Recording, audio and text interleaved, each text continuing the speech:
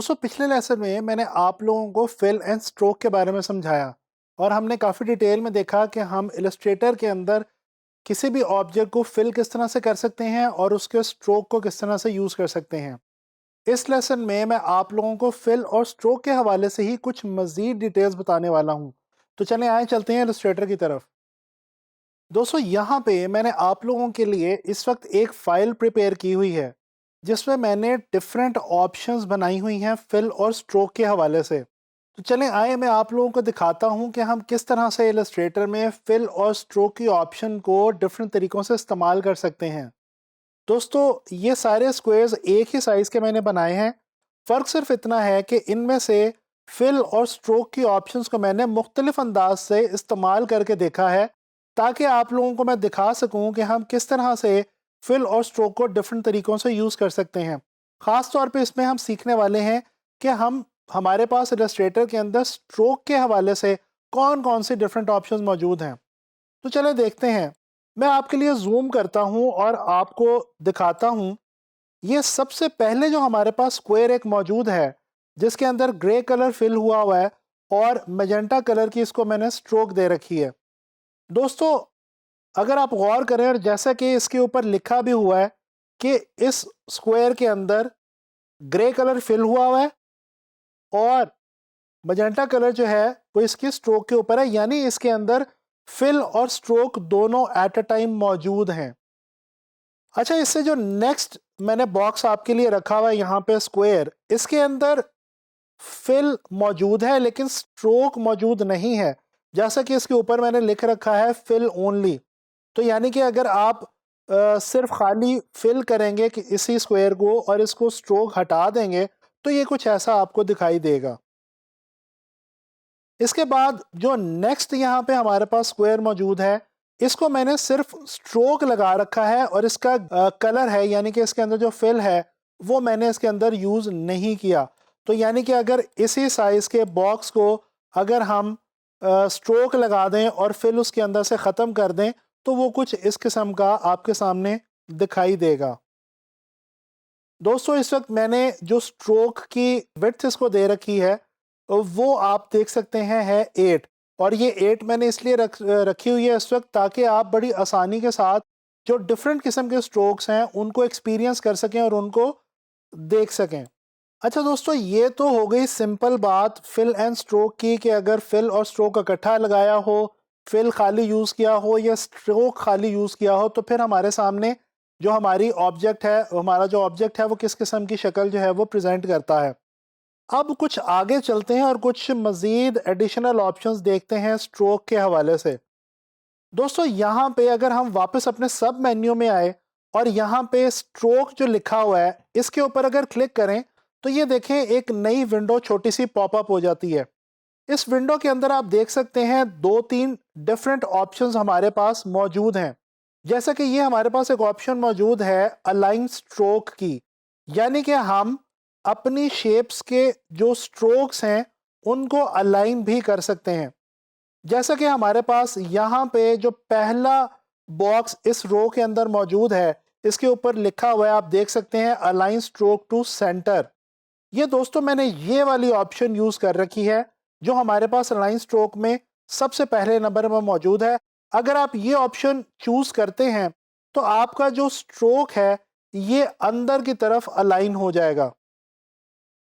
इसी तरह से जो हमारे पास नेक्स्ट बॉक्स है इसके ऊपर मैंने सेकंड ऑप्शन चूज़ कर रखी है, यानी कि अलाइन स्ट्रोक टू इनसाइड, यानी कि जिसमें हमारा जो स्ट्रोक है ये अंदर की तरफ यानी कि इनसाइड जो है ये अलाइन होगा। जबकि पहले जो हमने बॉक्स चूज़ किया था इसके अंदर हमने अलाइनमेंट की थी सेंटर की तरफ, यानी कि ना बिल्कुल बाहर की तरफ जाएगा ना बिल्कुल अंदर की तरफ आएगा। जो हमारा स्ट्रोक फैलेगा वो फैलेगा सेंटर की तरफ। अब अगर नेक्स्ट बॉक्स को हम देखें तो इसमें हमने तीसरी ऑप्शन यहाँ से चूज़ कर रखी है, यानी कि अलाइन स्ट्रोक टू आउटसाइड, यानी कि इसमें जो हमारा स्ट्रोक है वो बाहर की तरफ अलाइन हुआ है। अच्छा दोस्तों, इसी चीज़ को मज़ीद बेहतर तरीके से समझाने के लिए मैं एक काम करता हूँ, मैं 1 बाय 1 इन तीनों बॉक्सेस के ऊपर जो मैंने स्ट्रोक की ऑप्शन अप्लाई कर रखी है उसकी जो विड्थ है यानी कि जो वेट है वो मैं बढ़ाने लगा हूँ।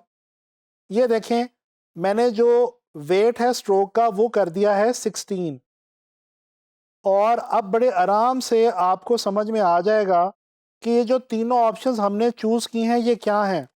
दोस्तों ये देखें, आपके सामने इस वक्त स्क्रीन पे आप लोग देख सकते हैं कि जब मैंने स्ट्रोक को बढ़ाया तो जो सेंटर वाली हमारी ऑप्शन थी उसके अंदर हमारा स्ट्रोक दोनों तरफ यानी अंदर भी और बाहर भी इक्वली फैला, जबकि जो दूसरी ऑप्शन थी इसके अंदर जो स्ट्रोक था वो अंदर की तरफ ग्रो किया है। और इसके बाद जो हमारी तीसरी ऑप्शन थी यानी कि अलाइन स्ट्रोक टू आउटसाइड वाली, इसमें जो हमारा स्ट्रोक है ये बाहर की तरफ यानी कि आउटसाइड जो है वो ग्रो कर गया है। तो अब मैं उम्मीद करता हूं कि ये तीनों ऑप्शंस आपको अच्छे तरीके से समझ आ गई होंगी। दोस्तों चलें आए चलते हैं दूसरी ऑप्शन की तरफ। ये जो दूसरी ऑप्शन हमारे पास मौजूद है, जैसा कि आप देख सकते हैं कि ये जो नेक्स्ट रो में मैंने 3 बॉक्सेस आपके सामने ड्रॉ कर रखे हैं, इनके ऊपर जो ऑप्शन मैंने अप्लाई की है वो भी यहीं पे हमारे पास मौजूद है, कॉर्नर्स वाली। दोस्तों ये जो हमारा पहला बॉक्स इस रो में हमारे पास मौजूद है, इस पे मैंने लगाया है मीटर ज्वाइन। दोस्तों ये जो ऑप्शन है कॉर्नर्स वाली, इसके अंदर बेसिकली जो फ़र्क पड़ेगा वो हमारे स्ट्रोक के कॉर्नर्स को पड़ेगा, यानी हमारे स्ट्रोक के जो कॉर्नर्स हैं उनकी शक्ल तब्दील होती जाएगी डिफरेंट ऑप्शंस के साथ। तो जिस तरह से ये जो हमारा पहला जो बॉक्स है इस पे मीटर ज्वाइन लगा हुआ है, इसी तरह से ये जो हमारा दूसरा बॉक्स है इस पे मैंने यहाँ से ये ऑप्शन लगा रखी है राउंड ज्वाइन की। और अगर मैं आपको जूम करके दिखाऊं तो आप बड़े आराम से देख सकते हैं कि यहाँ पे ये जो कॉर्नर्स हैं मेरे इस बॉक्स के वो राउंड शेप के हैं। इसी तरह से अगर ये तीसरा बॉक्स मैं आपको दिखाऊं तो इस पे मैंने जो स्ट्रोक की ऑप्शंस लगा रखी है ये है बेवल जॉइन की, यानी कि इसके जो कॉर्नर्स हैं वो आप देख सकते हैं बिल्कुल बेवल शेप के हैं। बेवल कहते हैं हम जो बिल्कुल एक स्लोप में सीधी एक ऐसे शार्प सा एज बना होता है, उसको हम एक छोटी सी लाइन ड्रॉ हुई होती है उसको हम बेवल कहते हैं। तो यहाँ पे आप देख सकते हैं इस शेप के ऊपर कि इसके कॉर्नर्स पे जो स्ट्रोक के जो कॉर्नर्स हैं उसके ऊपर ये बेवल बना हुआ है, एक स्ट्रेट सी लाइन बनी हुई है, कट की फील आपको आ रही है जैसे एक छोटा सा कट लगा हो। तो ये हमारी जो 3 ऑप्शंस थी ये थी स्ट्रोक के कॉर्नर के हवाले से। अब जो नेक्स्ट ऑप्शन मैं आपको बताने लगा हूं ये है दोस्तों डैश लाइन की। दोस्तों हम अपने स्ट्रोक को डैश भी बना सकते हैं, यानी कि अपने स्ट्रोक को डैश की सूरत में, डॉट्स की सूरत में या डैश लाइन की सूरत में भी प्रोड्यूस कर सकते हैं। जैसा कि यहाँ पे आके मैंने क्लिक किया डैश लाइन के ऊपर, यहाँ पे आप देख सकते हैं कि आपके सामने 2 ऑप्शंस मौजूद हैं, number 1 dash and number 2 gap. दोस्तों ये मैं आपको यहाँ से चेंज करके दिखाता हूँ ताकि आपको आसानी से समझ आ जाए कि ये ऑप्शंस क्या हैं। ये देखें, मैंने स्क्वायर को सिलेक्ट किया, स्ट्रोक के ऊपर आए, यहाँ पे डैश लाइन में मैंने ये जो पॉइंट नंबर लिखा हुआ है ये लिखा हुआ है 2, यानी कि जो मैंने इसका जो साइज रखा हुआ है डैश का वो रखा हुआ है 2। दोस्तों एक बात याद रखें, अगर आपका यहाँ पे जो डैश साइज होगा ये, और यहाँ पे जो स्ट्रोक की जो आपने बाहर स्ट्रोक की जो वेट चूज की है ये दोनों चीजें अगर तो सेम साइज की होंगी तो फिर ये आपकी जो शेप बनेगी, जो स्ट्रोक बनेगा वो डॉटेड बनेगा। लेकिन अगर मैं यहाँ पे स्ट्रोक को बढ़ा देता हूँ, इसको मैं कर देता हूँ 4, और यहाँ पे स्ट्रोक के अंदर मैं ऑप्शन यहाँ पे डैश की रखता हूँ 2, तो ये आप देख सकते हैं कि ये जो आपका जो डॉटेड लाइन थी वो डैश लाइन के अंदर कन्वर्ट होनी शुरू हो गई है। अच्छा, जो दूसरी ऑप्शन है ये बड़ी इंपॉर्टेंट है, ये है गैप, यानी कि आप इन डैशेस या इन डॉट्स के बीच में गैप कितना देना चाहते हैं। अगर मैंने यहाँ पे इस वक्त मैंने जो गैप रखा हुआ है वो रखा हुआ है 6 पॉइंट्स का, अगर मैं इसको बढ़ाऊं यानी कि अगर मैं फॉर एग्जांपल इसको ऑप्शन दे देता हूं जी 10 की, तो ये देखें आपके सामने बिल्कुल ऑब्वियस है कि जो डैशेस लगी हुई हैं स्ट्रोक के अंदर उनके बीच का जो डिस्टेंस है वो कितना ज़्यादा बढ़ चुका है। दोस्तों इसी तरह से ये हमने एक और डैश लाइन का जो स्ट्रोक है वो यहाँ पे लगा रखा है। इसके बाद ये जो मैंने यहाँ पे आपके लिए लाइन सेगमेंट्स ड्रॉ कर रखे हैं ये भी हमारे पास स्ट्रोक के अंदर ही ऑप्शन मौजूद है। हम जो स्ट्रोक हम लगाते हैं उसके हम ये जो कैप्स हैं, इन कैप्स को हम चेंज कर सकते हैं। इन कैप्स को हम एच भी रख सकते हैं, बट आपके सामने 3 कैप्स की जो ऑप्शंस हैं वो यहाँ पे इस वक्त अवेलेबल हैं। ये तीनों मैंने स्ट्रोक पैनल के थ्रू ही लगाई हैं। इसमें आपके सामने बट कैप की ऑप्शन मौजूद है, राउंड कैप की ऑप्शन मौजूद है, जिसमें आप देख रहे हैं कि जो आपका लाइन सेगमेंट है उसके जो कॉर्नर्स हैं वो बिल्कुल राउंड है। और इसके अलावा प्रोजेक्टिंग कैप की ऑप्शन भी यहाँ पे आपके सामने मौजूद है। दोस्तों इसके नीचे मैंने एक एरो शेप की लाइन सेगमेंट ड्रॉ कर रखी है। ये भी मैंने बेसिकली यहीं से जो स्ट्रोक वाला पैनल है यहाँ से आके ड्रॉ की है। ये आप देख सकते हैं एरो हेड 1 और एरो हेड 2 की ऑप्शन मौजूद है।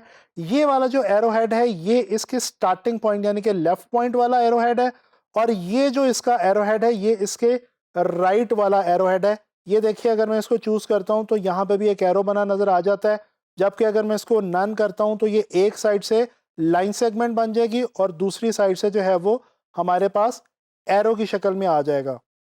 तो दोस्तों इस तरह से आप लोगों ने देखा कि हमने स्ट्रोक के पैनल में जाके, स्ट्रोक की ऑप्शन में जाके डिफरेंट जो हमारे लाइन सेगमेंट्स हैं या हमारे जो स्क्वायर्स हैं, हमारी डिफरेंट जो शेप्स हैं, उनके स्ट्रोक्स को हम कितनी आसानी से चेंज कर सकते हैं और कितने मुख्तलिफ किस्म के स्ट्रोक्स जो हैं वो हम अपनी ड्राइंग्स या इलस्ट्रेशंस के लिए इस्तेमाल कर सकते हैं।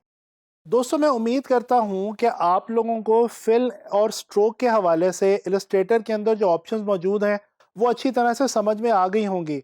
अब आप लोगों ने करना ये है कि डिफरेंट शेप्स ड्रॉ करनी है शेप टूल की मदद से, और उनके ऊपर जो भी मैंने आपको ऑप्शंस बताई हैं फिल और स्ट्रोक के हवाले से, उन तमाम ऑप्शंस को बार बार अप्लाई करके देखना है ताकि आपकी फिल और स्ट्रोक के हवाले से प्रैक्टिस हो सके।